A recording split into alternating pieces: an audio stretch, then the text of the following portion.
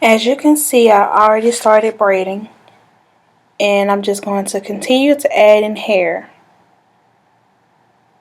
Now, before you start your feeder braids, make sure you have your hair already separated. That way, it saves time with the styling, and you can proceed without having any gaps between your braids. Just make your life easier, basically. I sped the video up because it's not a tutorial, it's just more of me expressing my talent. This is something I love to do, and in the future I plan on pursuing a career in cosmetology.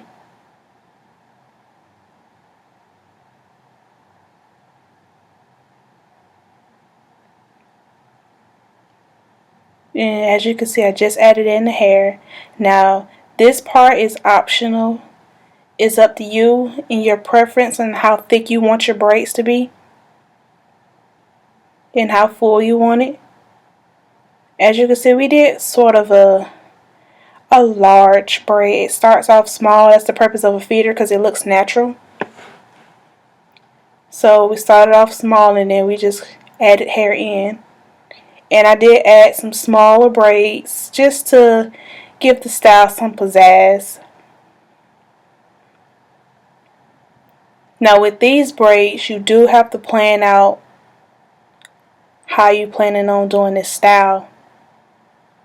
Especially when you adding in small braids, because you can you can end up messing up your portion of the larger braids. So always plan it out first.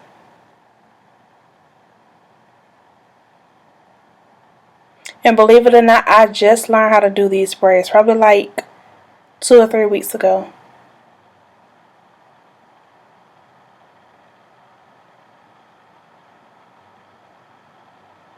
And as you can see, I am planning my style and my parts and how I'm styling it.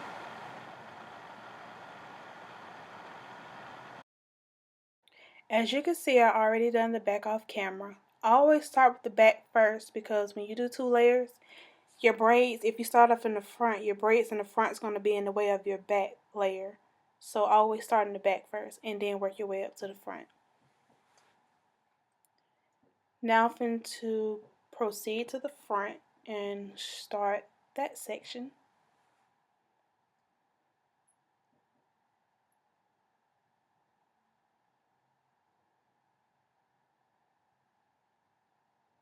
And so this is what I mean to plan out your braids, because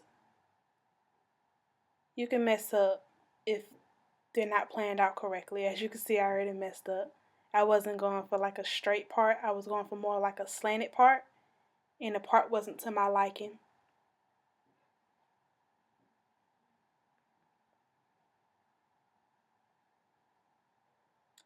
And as you can see, well, you will see, the part still wasn't to my liking. So I just combed it over again. And she's getting frustrated, but she will be alright.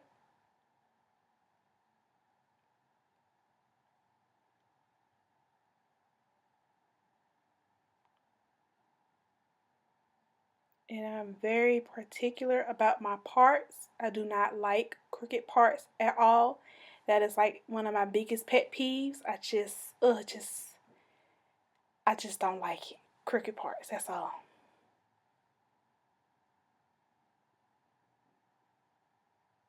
So that was what I was going for. So now I'm about to clean up the parts.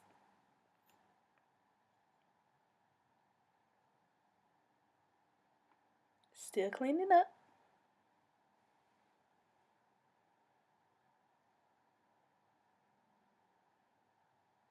I do have another comb, a metal comb, but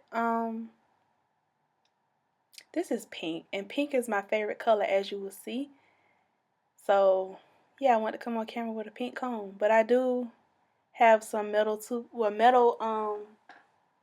rat tail combs.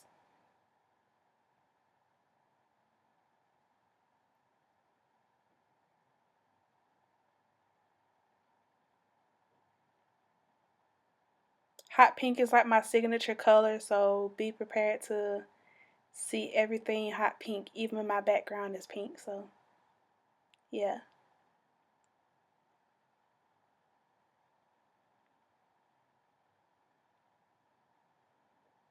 Now, this is very crucial when you do feed-in braids. Slick down your hair, because when you slick down your hair, you won't have to braid as tight. That is a hair fun fact or a hair hack. Slick down the hair first and then proceed to braid. Because if you slick down the hair, you won't have to grip as tight. And the reason people grip tight is because they are going for that sleek look. So if you already slick down your edges, you won't have to grip as tight. And less tension and less breakage. Now I said less breakage because hair is very fragile. It doesn't matter how much you take care of it. You're going to have some pieces that's going to break, but your hair is not perfect.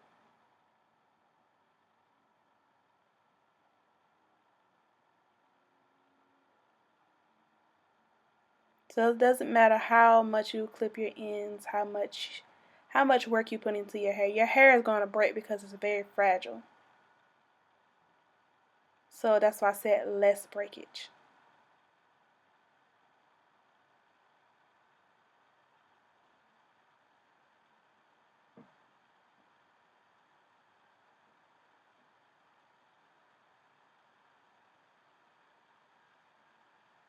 So I slicked that hair and put it in a ponytail because I'm doing my planning process, and for my planning process I do my smaller cornrows first.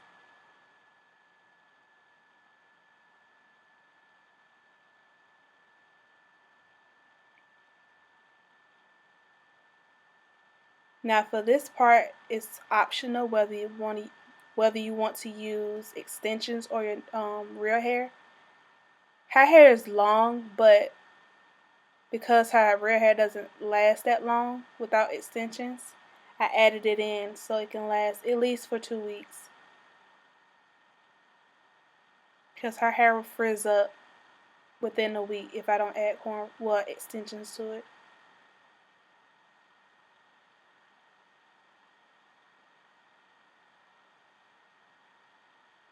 Now my hands look very crazy, but trust me, it gets the job done and my work is neat.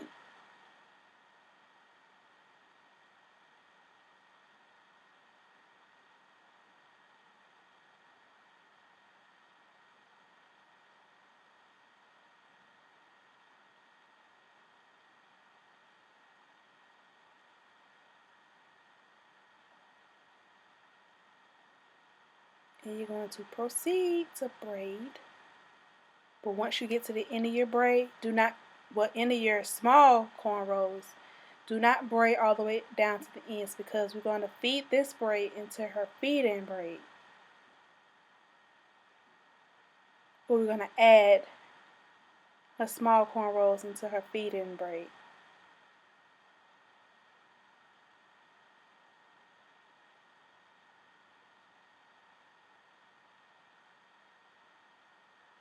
Now I'm starting on her feed-in braids. Her hair is already sectioned out, and I already did the small cornrows first off camera. And then right now I'm just doing my feed-in braids, cornrows, or braids, whatever you prefer.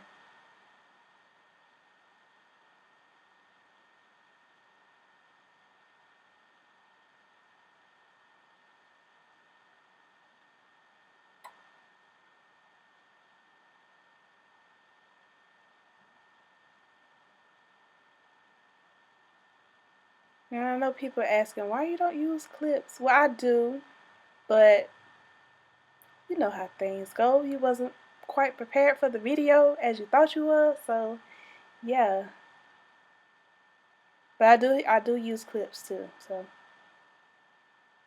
yeah.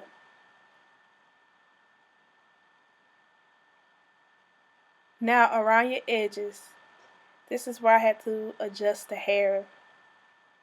The braid doesn't look messed up, but because I'm very picky about how I do braids, I kind of had to modify the hair a little bit because her edges are real fine and I wasn't going for that bulky look at the beginning of the braid, so I had to adjust the hair.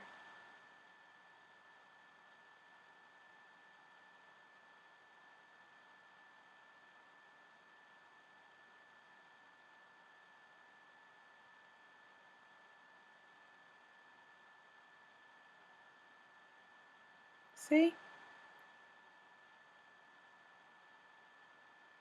And she's getting frustrated, but she will be alright.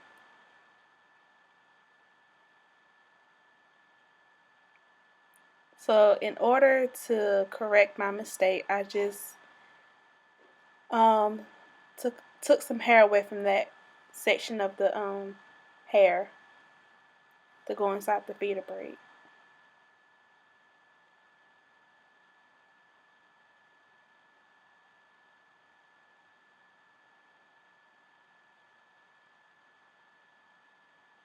See how neat that is?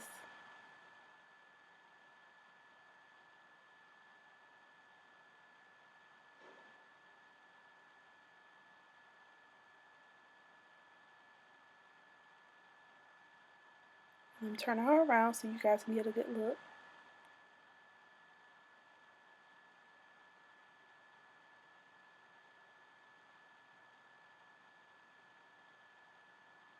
And I know it looks like I'm struggling, but trust me, I'm not.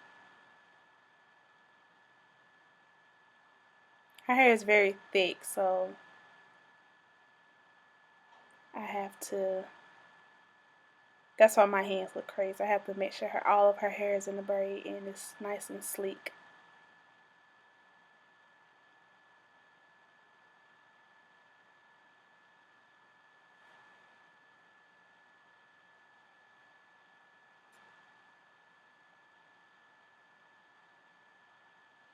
And so we're going to add that feeder braid, well, the cornrow, the small cornrow inside the feeder braid.